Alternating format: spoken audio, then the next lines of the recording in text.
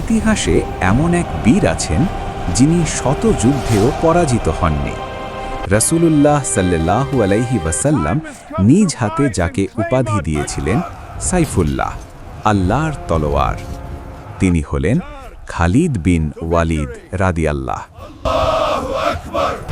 632 খ্রিস্টাব্দ, ইয়ামামার প্রান্তর, মিথ্যা নবী মুসাইলামার বিরুদ্ধে শুরু হলো ভয়ঙ্কর যুদ্ধ।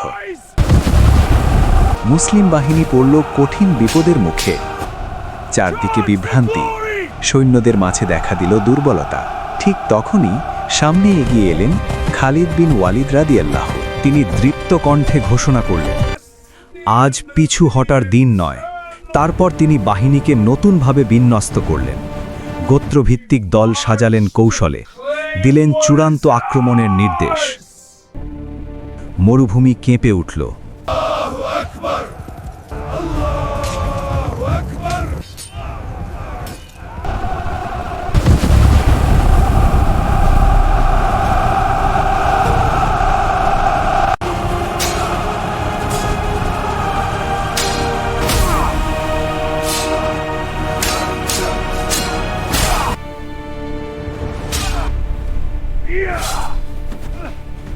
প্রচণ্ড সংঘর্ষের পর অবশেষে এলো বিজয়।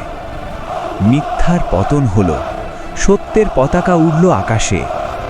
ইতিহাস সাক্ষী, তিনি ছিলেন একজন সাহসী যোদ্ধা, একজন অসাধারণ কৌশলী এবং ইসলামের এক মহান বীর। খালিদ বিন ওয়ালিদ রাদিয়াল্লাহু আনহু চিরকাল স্মরণীয়।